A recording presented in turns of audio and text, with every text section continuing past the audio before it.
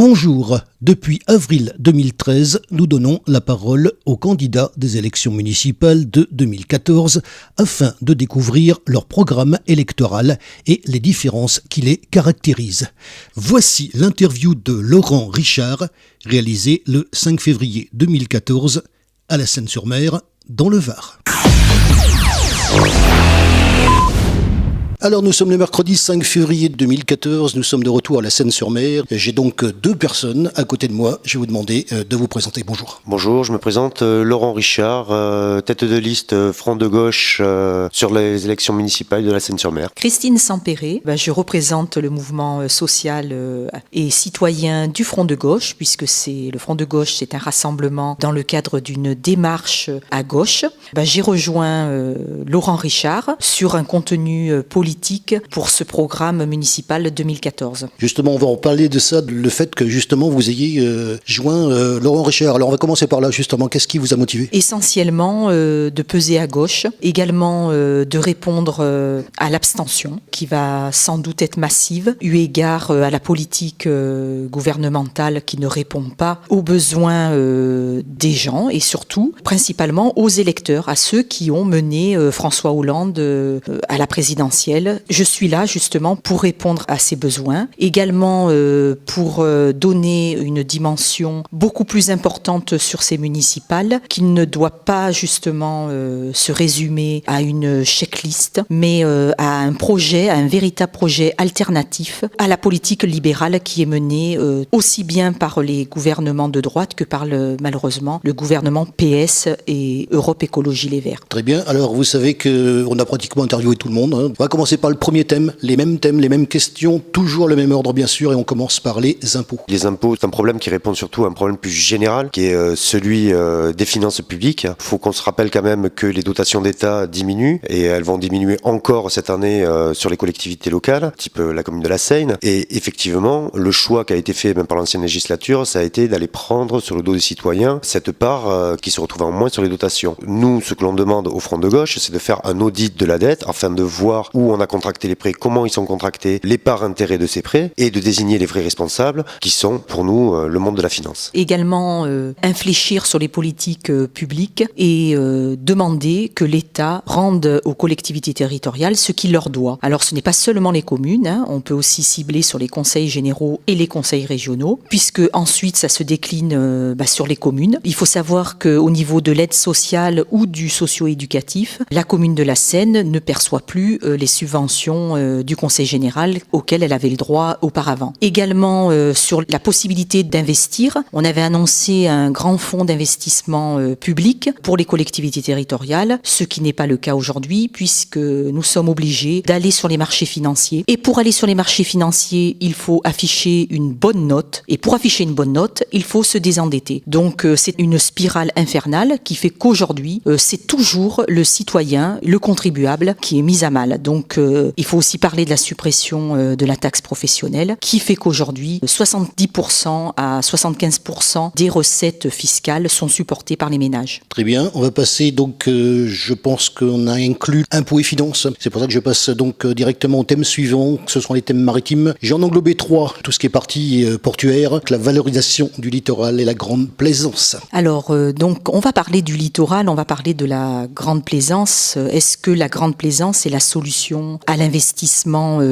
à long terme sur l'économie de la Seine-sur-Mer? Je ne le pense pas, mais je ne suis pas la seule. La grande plaisance aujourd'hui, qu'est-ce que c'est? C'est uniquement d'ailleurs du port d'hivernage. En fait, on livre toutes les infrastructures qui ont été construites ces dernières années aux méga-yachts pour protéger des méga-yachts et donc leur assurer uniquement une voie de garage. Il n'y a pas du tout derrière, on va dire, une activité industrielle de construction ou de réparation, si ce n'est des petits chantiers. Donc nous, ce que nous proposons, c'est bien entendu de renouer avec le passé industriel de la Seine-sur-Mer, mais même de l'ensemble de la rade de Toulon, de préserver l'existant, c'est-à-dire que surtout l'État ne se désengage pas de la construction et de la réparation navale militaire. Aujourd'hui, il faut savoir que des CNS se désengagent sur cette partie-là, que l'État fait d'autres choix. Donc nous proposons bien entendu que l'État conserve ses parts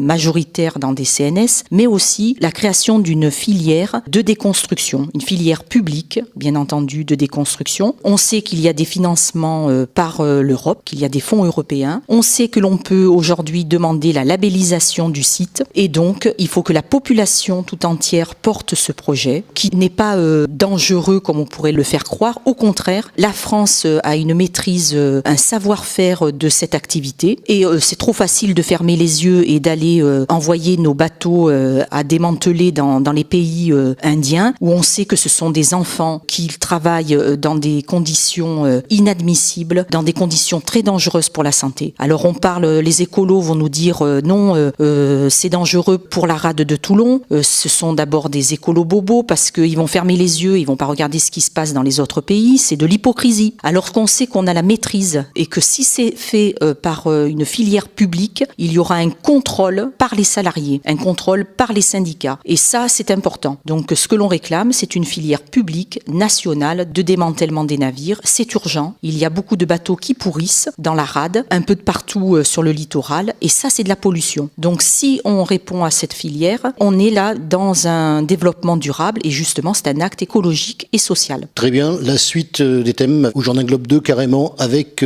sport, auquel je rajoute jeunesse. Alors justement, la Seine-sur-Mer est une ville tournée sur la mer, et aujourd'hui, on peut faire cette constatation qu'au niveau des infrastructures, on est loin de pouvoir effectivement accueillir le nombre d'enfants qui pourraient s'adonner à tous les sports nautiques. Alors, c'est ce que l'on demande. On demande que des fonds publics soient spécialement réservés à la construction de ces infrastructures. La base nautique n'est pas donc dimensionnée pour aujourd'hui faire des centres de loisirs pouvant accueillir la majorité des enfants de la commune. Donc, ce que l'on souhaite, bien entendu, c'est que ces fonds publics aillent à la construction de ces infrastructures pour l'ensemble des Sénois. Mais aussi, on va parler de sport. On sait très bien que la Seine, elle a un passé énorme quant aux associations sportives. Cette richesse est très importante, donc elle ramène encore au désengagement de l'État sur les subventions qui sont allouées aux associations. Et également, on va parler aussi des écoles municipales. Ces écoles municipales qui ont justement une histoire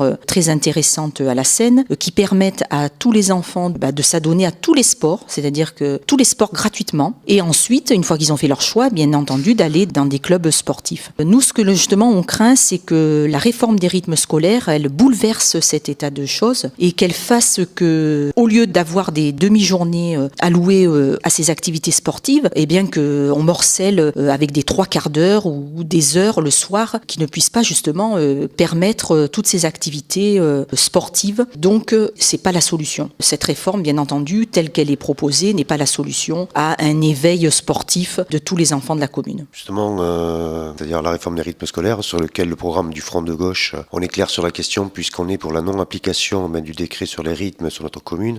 Ceci pour diverses raisons. Les premières sont bien sûr éthiques, puisqu'on est en train de, par cette réforme, mettre à mal un des piliers de la République, qui est l'éducation, car on la territorialise. Bon, sur la commune de la Seine, au bas mot, cela coûterait aux citoyens 800 000 € afin de pouvoir uniquement assurer le service dit de gardiennage, je mets bien ça entre guillemets, de nos 6 000 enfants sur la commune, sans leur assurer un périscolaire dit de qualité. Admettons même qu'on mettrait un périscolaire de qualité. Il répond à deux difficultés. La première, c'est quoi? La dérive des programmes de l'éducation nationale, qui voudrait dire qu'ils se défaussent à un moment donné sur le périscolaire, et ils donnent donc un pan de ces missions aux collectivités territoriales, et pourquoi pas même à des entreprises privées dans le futur, puisqu'on sait que certaines communes ont fait des appels d'offres vers directement des entreprises privées qui s'occupent des activités pour les enfants. Deuxième chose, le gros souci, ce serait quelle va être la destination des infrastructures mises sur la ville. Si elles doivent être mises en priorité sur le périscolaire, elles n'auront plus vocation à pouvoir être dédiées à tout ce qui est sport associatif, c'est-à-dire les activités que l'on fait en dehors du scolaire, en dehors du périscolaire, c'est-à-dire ce que l'on fait par choix. Or, là, je pense qu'avec cette réforme, on mélange tous les genres, sans compter que la dépense est telle pour en assurer, je le répète, un service de qualité, ça incomberait ou aux familles par un service périscolaire payant, ou aux aux citoyens sénois par une augmentation encore des impôts. Nous nous opposons bien sûr sur les deux faits et c'est pour ces diverses raisons que nous ne sommes pas favorables à l'application des rythmes scolaires sur la commune de la Seyne. Ça sera une de nos premières mesures, arriver aux responsabilités. Très bien, la suite des thèmes, on va donc passer au thème de la sécurité. Aujourd'hui, le problème numéro 1 des Français, c'est l'insécurité sociale. Cette insécurité sociale qui fait que les jeunes ne trouvent pas de travail alors qu'ils ont fait des études ou sont déscolarisés parce qu'ils ne trouvent pas la voie, la formation qui leur correspond, parce qu'il n'y a pas d'avenir, parce qu'il n'y a que des petits boulots. L'insécurité sociale, c'est de ne pas avoir un toit, c'est de ne pas avoir un logement, quand on sait qu'il y a 4000 demandes de logement social, que 70% de la population est éligible au logement social, qu'on a une spéculation immobilière qui ne s'arrête pas, puisque on voit par-ci par-là des logements privés se construire et afficher des loyers qui dépassent 30% des revenus des Sénois. L'insécurité sociale, c'est également toutes les annonces qui sont faites sur les menaces de la sécurité sociale, de la branche famille. L'insécurité sociale, c'est aussi notre système de retraite qui est attaqué. C'est tout ça. Alors, bien entendu, on va nous dire, on va mettre des caméras, comme ça, on va vous mettre en sécurité. Mais la sécurité, ça serait d'abord de le vivre ensemble, de concevoir une autre société. Et ça, c'est possible. C'est possible de le faire au niveau local, par exemple, par la mise en place de jardins partagés, favoriser l'économie sociale solidaire. Également, en permettant ce que l'on a dit tout à l'heure, c'est-à-dire d'avoir enfin un vrai projet industriel pour la Seyne et surtout d'avoir les dotations dont elle a besoin, des dotations de fonctionnement, mais aussi des dotations d'investissement. Et là, il faut aller chercher l'argent là où il est. C'est de changer cette fiscalité injuste. C'était une promesse électorale, donc il faut la rappeler grandement, puisque la population sénoise est en majorité très pauvre. On fait que le dire. On dit que 47% ne paieraient pas d'impôts. Si ces 47% ne payent pas d'impôts, c'est que d'abord, l'État n'a pas assuré ses promesses. Voilà, l'État n'a pas permis à sa jeunesse d'avoir une formation prise en charge par l'État et non pas par des officines privées, et n'a pas permis également de mettre en place des fonds d'investissement pour que l'on puisse développer une véritable économie productrice d'emplois. Très bien, alors on continue les thèmes avec la vie associative. Alors la vie associative à la Seyne, c'est une richesse. C'est une richesse et c'est vrai que c'est ce qui permet non seulement de créer du lien, mais aussi, bien entendu, le vivre ensemble. Alors cette vie associative, elle a été mise à mal justement par ce désengagement de l'État, par le fait que ces associations, elles soient assujetties toujours plus à réclamer des subventions par-ci, par-là, à faire des appels de projets. Ce n'est pas justement l'objectif que l'on entend porter, nous, dans la campagne. Si l'on veut que les associations soient justement indépendantes et libres, ce n'est pas en les obligeant à réclamer toujours plus de moyens d'existence et surtout à favoriser ce que l'on peut appeler le clientélisme ou le communautarisme. Ce qu'il faut, c'est bien entendu d'abord de développer le maximum les services publics quand la mission doit être, on le dit, laïque, républicaine, et ensuite se tourner vers les associations pour tout ce qui est sportif, socio-éducatif, de défense des consommateurs. Et donc là, l'association, elle doit pouvoir avoir les financements qui lui permettent d'exister. Ce que l'on voit, c'est des associations qui disparaissent. Je vais donner l'exemple d'une association d'éducation musicale qui pouvait permettre un éveil musical des enfants ne bénéficiant pas de moyens financiers pour le faire, de démocratiser la musique. Donc là, c'est inadmissible qu'une association comme ça ne puisse pas vivre, qu'elle soit obligée de mendier des financements et qui plus est, ne les obtienne pas. Donc bien entendu, il faut mettre à plat toute cette problématique et il faut que la population porte haut et fort ce besoin de vivre ensemble au travers d'associations et surtout avec un tissu de services publics fort. Et donc là, ça ramène encore sur cette question de la masse salariale de la municipalité. Le personnel municipal, c'est la richesse d'une commune, c'est la richesse du vivre ensemble. Tout repose sur ce personnel et donc il faut arrêter de frapper sur cette masse salariale. C'est pas le problème, c'est la solution. Alors justement, on a évoqué le sujet en ce qui concerne justement le personnel communal. Ça fait partie des thèmes que je pose. Oui, le personnel communal sur la commune de la Seyne est une richesse qu'il ne faut certainement pas abattre ou mettre à mal. Elle répond aussi à la logique justement de renouer le pacte républicain avec les concitoyens. À la Seyne, on a la richesse d'avoir un personnel municipal en nombre, peut-être même à voir là où on peut encore en mettre dans des projets, notamment par exemple de potager pédagogique ou voir sur la base nautique, voilà, des choses comme ça. Et derrière, les associations qui sont là pour mailler, parce que normalement c'est le rôle associatif, c'est-à-dire mailler tout ce potentiel que nous on donne par la mairie, de pouvoir le mailler sur le territoire communal. Très bien, on continue avec les transports. Concernant les transports, bien entendu, nous portons toujours le projet d'un développement du transport collectif et d'un transport collectif gratuit. Alors, le transport collectif, c'est bien entendu un besoin au niveau du déplacement des populations, que ce soit pour les trajets domicile-travail, mais également pour toute notre jeunesse et également pour les retraités pour pouvoir justement conserver ce lien social. On peut dire qu'il y a un désastre au niveau de l'aménagement du territoire et du transport, puisqu'aujourd'hui, il manque bien entendu ce développement de transport collectif. Alors, la première chose, c'est le tramway. Ce tramway qu'on n'a jamais vu venir et qui aurait pu justement régler ce problème de transport collectif et surtout de circulation urbaine. Alors, on nous parle bien entendu d'un projet de pont ou d'un projet de régler ce problème de circulation. Mais avant tout, il faut arrêter avec le tout voiture. Le tout voiture, on va dans le mur parce que c'est l'individualisme, mais c'est aussi un gros problème de pollution et à terme, un problème de développement durable. Nous, ce que l'on propose, bien entendu, c'est la gratuité du transport collectif. Car s'il y a gratuité, il y aura obligatoirement utilisation du transport collectif en augmentant, bien entendu, les lignes. C'est possible. Beaucoup de communes, une trentaine de communes l'ont fait en France, de droite comme de gauche. On a l'exemple d'Aubagne. Et à Aubagne, ce transport gratuit, il a permis un lien social. Il a permis justement de diminuer l'insécurité parce qu'il n'y a plus de transport de fonds, il n'y a plus d'échange d'argent. Ça a permis également de mettre des médiateurs culturels, de faire du lien culturel dans le transport. Et finalement, les personnes prennent le bus d'une autre manière. Elles prennent le bus pour justement le vivre ensemble, pour cette convivialité. Justement, je vais donner l'exemple, c'est que au lieu de payer, au lieu de donner de l'argent, la personne, quand elle rentre, il suffit qu'elle dise bonjour et de lier connaissance. Et ça, c'est formidable. C'est un autre choix de société, c'est ce qu'on appelle la gratuité émancipatrice. Très bien, on continue les thèmes avec le commerce auquel je rajoute le centre-ville. Alors sur le centre-ville. Alors le centre-ville de la Seine,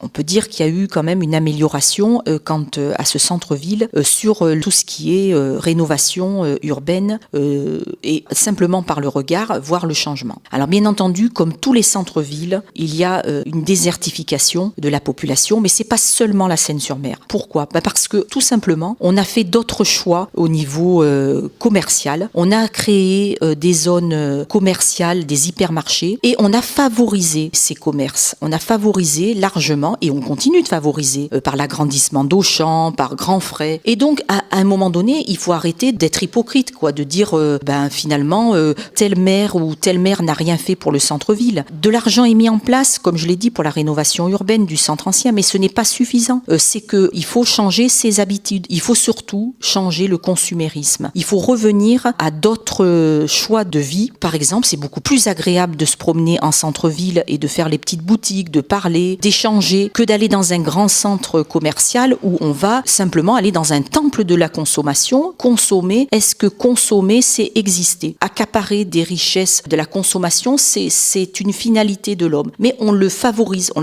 par la publicité. Est-ce qu'il ne faut pas supprimer justement toutes ces publicités où on invite le citoyen à consommer? Nous, on dit oui. On dit qu'il faut absolument supprimer ces publicités dans le paysage urbain. Donc, on a des propositions, bien entendu, sur le centre-ville, notamment de favoriser la culture urbaine par le biais d'associations culturelles, mais culturelles populaires. Et ça, c'est bien entendu encore se tourner vers ces associations qui permettent de créer du lien et qui permettent d'avoir une culture de rue. Également, on veut renouer avec l'artisanat. Et là, c'est aussi une solution pour l'emploi. Il faut aller chercher ces fonds d'investissement public qui permettraient de créer, notamment par le biais de coopératives, par le biais de SCOT. Il y a plein de jeunes qui ont des formations qualifiantes artisanales, mais aussi simplement sur le savoir-faire de la région. Je vais donner des exemples. Moi, je connais des jeunes qui ont des formations et qui ne peuvent pas trouver de travail. Et bien justement, nous, on va favoriser le fait qu'ils s'associent et qu'ils créent des coopératives. Et donc, on va pouvoir redonner de la vie au centre-ville et pouvoir redonner du lien. Et là, on va aussi agir sur la sécurité. Parce qu'un centre-ville qui est animé, c'est un centre-ville dynamique qui n'a plus ce sentiment sentiment d'insécurité. Favoriser le commerce, bien entendu, le commerce local, ça va avec tout ce que je viens de dire, avec l'aspect culturel, artisanal, social. Tout ça, ça peut vivre en symbiose et permettre à la Seine d'avoir enfin ce qu'elle mérite, c'est-à-dire une ville où on se sent bien, le vivre ensemble. Très bien, alors donc on a fini les thèmes, puisque vous l'avez remarqué, donc toujours les mêmes thèmes, et puis les mêmes questions dans le même ordre, et des réponses différentes. On est là, bien évidemment, aussi pour vous écouter, et donc je vais vous demander au niveau des futures élections municipales, je vous rappelle que c'est le 23 et le 30 mars 2014, donc on est donc à cette semaine maintenant, donc qu'est-ce qu'on peut en dire par rapport à cette semaine, et puis votre contexte aussi? Eh bien, nous, l'objectif, bien entendu, c'est d'aller vers les gens, vers les citoyens, et de leur proposer, bien sûr, des solutions alternatives à toutes ces logiques libérales, et bien entendu, ce qui peut être appliqué au niveau local. On veut leur montrer que c'est réaliste, que c'est possible, qu'à la Seine-sur-Mer, tout le monde peut vivre ensemble, dans le vivre ensemble, et surtout répondre aux besoins des populations. Alors, on a bien sûr parlé de tous ces thèmes, mais il y en aurait eu bien d'autres, puisque nous, ce que l'on veut aussi, c'est faire promouvoir de l'écosocialisme de proximité. À la Seine-sur-Mer, il est nécessaire parce que, comme on l'a dit, la Seine, c'est d'abord une bande littorale, mais c'est aussi une forêt, des forêts, et aussi, ce qu'on voudrait renouer, c'est avec l'agriculture de proximité. Alors, il y a le projet de Fabrica, c'est un joli projet. On veut pouvoir le décliner de partout à la Seine-sur-Mer. Dès qu'il y a un morceau de terrain, il faut l'investir parce que c'est l'avenir. L'avenir, ça passe par une agriculture biologique et par la préservation de l'écosystème. C'est aussi renouer avec un lien social, avec bien entendu tout ce qui peut aller avec, c'est-à-dire des jardins familiaux, des jardins ouvriers. Il y a beaucoup de choses, beaucoup de potentiel à faire à la Seine. Donc on se propose d'aller avec la population construire ce projet alternatif. On a cette ambition et je pense que pour l'instant on est bien accueillis et on va continuer tout au long de cette campagne électorale d'échanger avec la population et surtout d'inverser toutes ces logiques libérales, comme on l'a dit, de consumérisme, de productivisme qui nous mènent à terme dans le mur. Oui, l'objectif durant ces 7 semaines, c'est de faire comprendre aux personnes qui n'avaient pas forcément envie de se diriger vers les urnes, de leur redonner cet engouement, car nous sommes là aussi pour combattre les politiques d'austérité, pour promouvoir les idées que l'on porte à travers le Front de gauche et depuis la campagne présidentielle par l'Humain d'abord, le programme de Jean-Luc Mélenchon. On est là pour le décliner localement. La liste Front de gauche n'en fait pas une campagne sénoise. On n'est pas sur le scrutin local. On est sur une politique d'ensemble. Et ça, il faut voir que nous, justement, notre programme se différencie des autres, car il n'est pas un programme clientéliste, il n'est pas un programme d'aller chercher le vote citoyen pour après derrière ne pas respecter ses programmes. Non, nous on est vraiment dans une politique, comme je le répète, d'ensemble, pour le vivre ensemble, mais pas le vivre ensemble replié sur nous-mêmes, le vivre ensemble ouvert vers les autres. Et c'est pour ça que nous, au Front de gauche, nous investissons ces campagnes municipales, car à chaque échelon politique, qu'il soit municipal, qu'il soit au conseil général, au conseil régional ou au gouvernement, nous pensons que la table peut être renversée, que le consumérisme, les politiques d'austérité que nous combattons ici à la Seine, ici dans le Var, ici dans les Bouches-du-Rhône, ici en France, ici en Europe et dans chaque pays d'Europe, on arrivera à retourner cette table et ces élections en sont une occasion. Le vote Front de gauche, c'est une solution alternative, réaliste. Et pour cette raison, nous allons nous engager en signant une charte anti-corps, la charte anti-corruption. C'est-à-dire cette charte qui nous donne un engagement de ne faire ni clientélisme et surtout une éthique de l'élu. Et ça, c'est très important parce que l'abstention, c'est avant tout un dégoût de la politique. Nous voulons, nous engager à être honnêtes et surtout mettre, une démocratie participative, c'est-à-dire que le citoyen, il puisse toujours nous accompagner l'élu et décider ensemble. Dans ce cadre-là, on instituera en milieu de bilan une votation citoyenne, éventuellement pour permettre la réorientation des choix qui n'auraient pas obtenu l'adhésion des citoyens. Un droit de pétition également, un droit de pétition qui permette aux citoyens partout de participer aux décisions. C'est important. Voici les autres personnalités tête de liste pour la ville de la Seine-sur-Mer. Marc Villemot, maire sortant, Parti socialiste. Philippe Vittel, UMP. Jean-Pierre Collin, Union de la droite et du centre. Daniel Canepa, sans étiquette. Gilbert Péréa, association Sauvons la Seine. Damien Gutierrez, Front National. Patrick Martinenc, Divers Gauche. Laurent Richard, Front de Gauche.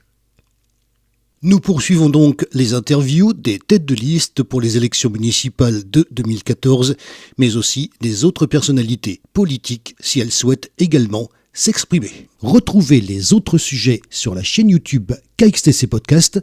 Je vous souhaite une excellente matinée et je vous retrouve très vite sur un prochain reportage pour KXTC Podcast.